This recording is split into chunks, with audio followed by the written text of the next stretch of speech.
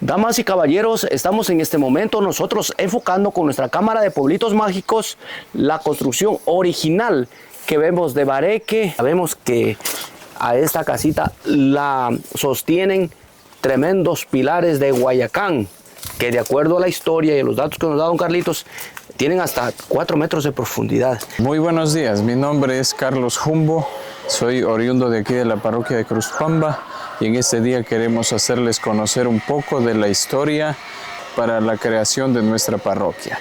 Y aquí en este momento vamos a conocer el convento parroquial construido desde el año de 1915.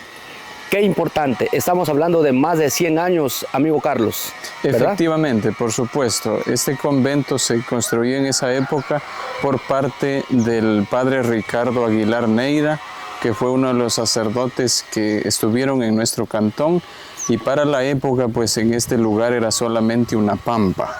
Que lo estamos viendo en estos momentos, cuyos pilares, cuyas tejas, cuyo adobe, cuyas puertas datan exactamente de hace más de 100 años, o sea, el material es original.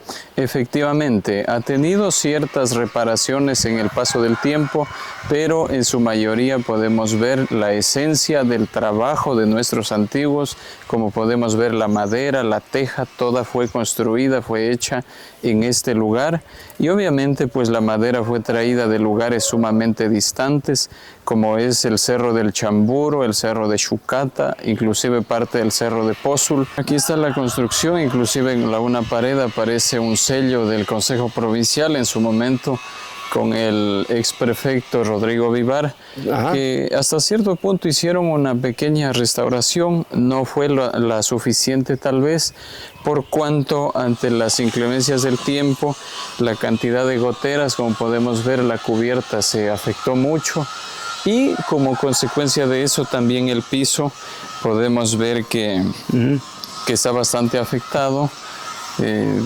Normalmente pues cada año sabemos que las personas que tenemos casas de teja se tiene que hacer una readecuación, se tiene que hacer mantenimiento, porque en primer lugar pues la madera necesita ese proceso, ¿no?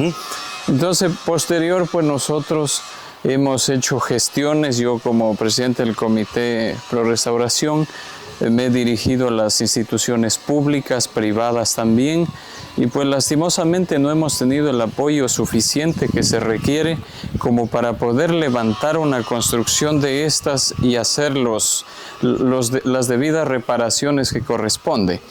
Como podemos ver, toda la estructura parte del bareque, que era la construcción mixta de ese tiempo que se usaba. Podemos ver las paredes que aún se mantienen hechas de carrizo, conjuntamente con el barro que se prepara.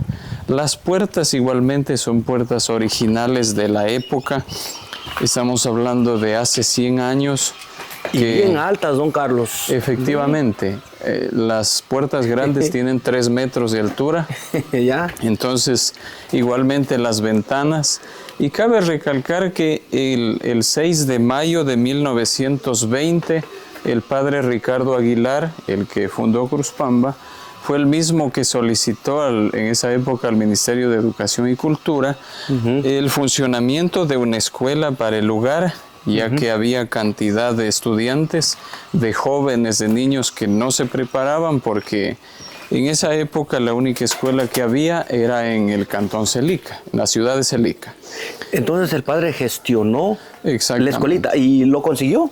Efectivamente, un 6 de mayo de 1920 consigue ya el permiso de funcionamiento y funciona aquí la escuela hasta 1970. O sea, don Carlos, este convento también fue una escuela donde se educaron aquí los niños. Efectivamente. Desde 1920 hasta 1970. Exactamente. Estamos hablando que 50 años funcionó aquí una escuela. Efectivamente. Entonces, esto tiene, a más de ser una construcción, una edificación patrimonial, también alberga en este lugar los recuerdos más extraordinarios, que aquí se formaron nuestros padres, nuestros seres queridos, y ante eso nosotros hacemos el llamado a las distintas autoridades y personas de buena voluntad a que nos apoyen para poder hacer la reconstrucción, porque en la parte baja que vamos a ver en este momento está bastante averiado. Entonces, esto no es un capricho de los cruzpambeños en el sentido negativo. Esto es un anhelo que nace del corazón de esta población que se resiste a olvidar su historia. Directamente nosotros queremos gestionar y necesitamos recursos para la difusión turística, necesitamos para la reconstrucción y la restauración de estos bienes de valía sumamente importante para nosotros. Don Carlos, ¿han tenido ustedes acercamiento con algunas autoridades, tanto municipales, provinciales, como autoridades también que llevan este tema del patrimonio cultural? Efectivamente, el año pasado, bueno, hasta el momento pues vamos un poco más de un año haciendo estas gestiones. Hemos enviado oficios a todas las instituciones públicas que más hemos podido, pero lastimosamente hasta el momento no hay las debidas contestaciones, ni mucho menos pues una idea ligera de lo que podamos hacer inclusive, porque sabemos que restaurar un bien de estas magnitudes, pues como vemos el convento, la iglesia, es un costo sumamente importante. Entonces en esta parroquia los habitantes son aproximadamente 1.200 personas y pues obviamente los recursos no son lo suficientes como para poder emprender un trabajo como estos. Se necesita de un capital sumamente importante. Más o menos ha calculado el presupuesto. ¿Cuánto se necesita, don Carlos, para esta reconstrucción por cuentas? En ese sentido, nosotros también de parte de ciertas instituciones como el Instituto de Patrimonio Cultural nos envió un arquitecto, el mismo que hizo una observación, y llevó la información, el levantamiento. Entonces nos mencionó que es necesario hacer una consultoría, la misma que defina exactamente pues el grado de afectación que tiene estos bienes, para poder a su vez presupuestar y saber un aproximado de lo que se necesita. En todo caso, en ese primer levantamiento de información, el arquitecto determinó que los bienes están en ruinas, cosa que para nosotros es sumamente triste, porque obviamente cada día que pasa, a la vista y paciencia de toda la gente, sabemos que estos bienes están a lo mejor en retrospectiva, se están destruyendo, y Dios no quiere en algún momento que Dios no permita que seamos testigos de su total destrucción. Entonces nosotros también habíamos enviado solicitudes al señor alcalde, en este caso al municipio, que nos ayuden para esa consultoría y para por lo menos comenzar con lo necesario o lo más urgente, como son las bases del convento. Como vamos a pasar a mirar en este momento, pues está bastante el grado de afectación y es la atención urgente la que se necesita, pero hasta el momento pues no hemos tenido un pronunciamiento ya que a lo mejor nos den una fecha en la que se puede iniciar a hacer lo que más urgente sea necesario. Miren, aquí están las bases, quienes las sostienen, miren, y ahí vemos también bareque, ¿no? Exactamente. Bareque, adobe, miren cómo ha resistido ante el tiempo. Han pasado 2 guerras mundiales, terremotos, sismos, pandemias y todo. Oiga, wow, amigos, miren, este edificio que fue construido en 1915, más de 100 años. Y somos testigos con don Carlitos. Vamos a ingresar en este momento hacia el interior, así que acompáñennos. Muy bien, don Carlos, miren amigos, vamos a entrar a un edificio que fue construido en 1915. Aquí podemos ver la construcción de las bases. En su momento, la parte de acá podemos ver que se levantó con estructura de adobe. Y la parte de arriba podemos ver el muro que aún resiste al paso de los años, y como lo hemos manifestado, ha pasado el terremoto más fuerte aproximadamente en 1970, sí. El mismo que según nuestros abuelos, según lo que nos han comentado, duró un mes las contrarréplicas sumamente fuertes. Ajá. Entonces, a pesar de todo eso, estas edificaciones aún resistieron.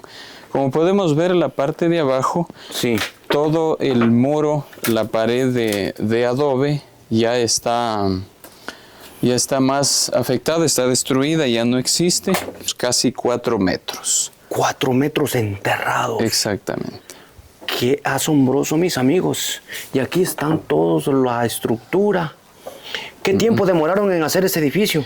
Se llevaron 16 meses en su Rápido. construcción. O sea, le hicieron 1 año, 4 meses. Efectivamente. Y la iglesia continúa de forma inmediata porque cuando se construye este convento, fue la primera obra del padre Ricardo Aguilar, conjuntamente organizando a la gente, como lo dijimos al inicio. Entonces, él traía gente de todos los lugares, inclusive Zapotillo pertenecía a Celica como parroquia, y muchísima gente venía a la enseñanza, porque en la mañana el sacerdote se compromete a dar clases de enseñanza pedagógica, y en la tarde, según la historia, les daba catequesis y formación espiritual. ¿Ah, sí? Entonces, era 2 jornadas todo el proceso de enseñanza educativa. Entonces, aquí vinieron gente de Zapotillo, gente de otros, inclusive de parte de Pindal. Sí. En Pozul no, porque Pozul ya tenía sus procesos de desarrollo. Vamos saliendo con sumo cuidado. Y aunque muy confiados también, amigos, porque sabemos que a esta casita la sostienen tremendos pilares de Guayacán, que de acuerdo a la historia y a los datos que nos da don Carlitos, tienen hasta 4 metros de profundidad, de acuerdo a los relatos de los abuelitos que apoyaron en esta minga. Bien, mis amigos, estamos en la parte trasera del convento. Miren, ahí están las puertas. En esa parte pues tiene el ladrillito, creo que eso le pusieron después. Efectivamente, Sí. son reconstrucciones que las hacen ya en estos últimos 50 años que han pasado. Oiga, amigo Carlos, le pregunto algo. Ah. ¿Y este predio también incluye esta parte del terreno donde estamos en este momento? Exactamente, sí, es un lotecito que... Un lotecito, o sea, hay una área verde, en otras palabras. Efectivamente, este es un área de reserva. Damas y caballeros, estamos en este momento nosotros enfocando con nuestra cámara de pueblitos mágicos la construcción original que vemos de bareque, y aquí está pues el bloque hecho de adobe. De adobe. Miren esa puertita original, eso nos hace transportar al pasado, don Carlos. Efectivamente. De pronto trabajaron aquí sus abuelitos. Por supuesto.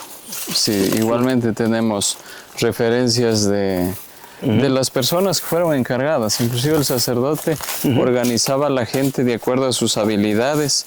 Había un equipo de personas que hacían la teja y otro grupo de gente que se encargaban de cuadrar la madera a mano en esa época, porque estamos hablando de 1915, en el que no había la moto aserradora que nosotros conocemos ahora, sino una especie de serrucho que era manual. Entonces, para partir troncos de una madera tan resistente y tan dura, es sumamente un trabajo demasiado forzado.